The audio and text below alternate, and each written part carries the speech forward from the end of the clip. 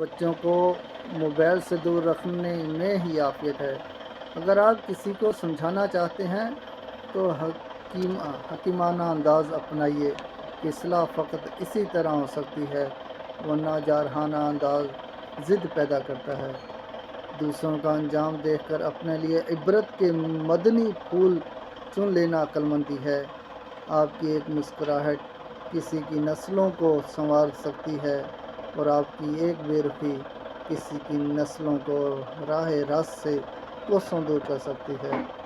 وقت وہ انمول ہیرا ہے جو ایک بار ضائع ہونے کے بعد دوبارہ نہیں مل سکتا، جبکہ دولت ضائع ہو جائے تو پھر مل جاتی ہے۔ مال کا لٹیرا چور ہے اور اس سے بچنے کے کئی ذریعے ہیں، کیونکہ وہ نظر آتا ہے، جبکہ نیکیوں کا لٹیرا شیطان ہے اور یہ نظر نہیں آتا، لہذا اس سے نیکیاں بچانے کے لیے زیادہ کوشش کرنے کی ضرورت ہے۔ موت کو یاد کرنے کے لیے کسی ایسی جگہ الموت لکھے جس پر آپ کی نظر پڑتی رہے۔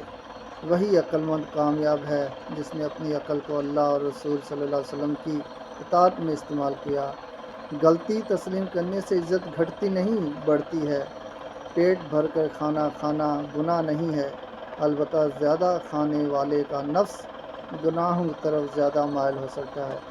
سمجھداری کا تقاضا یہ ہے کہ موبائل فون میں بچوں کی امی یا دیگر محارم خواتین کی تصویریں ہرگز نہ رکھی جائیں، کیونکہ موبائل گم یا چوری ہو سکتا ہے اور اس طرح گھر والوں کی تصویریں غیر مردوں کے پاس جانے کا اندیشہ ہے۔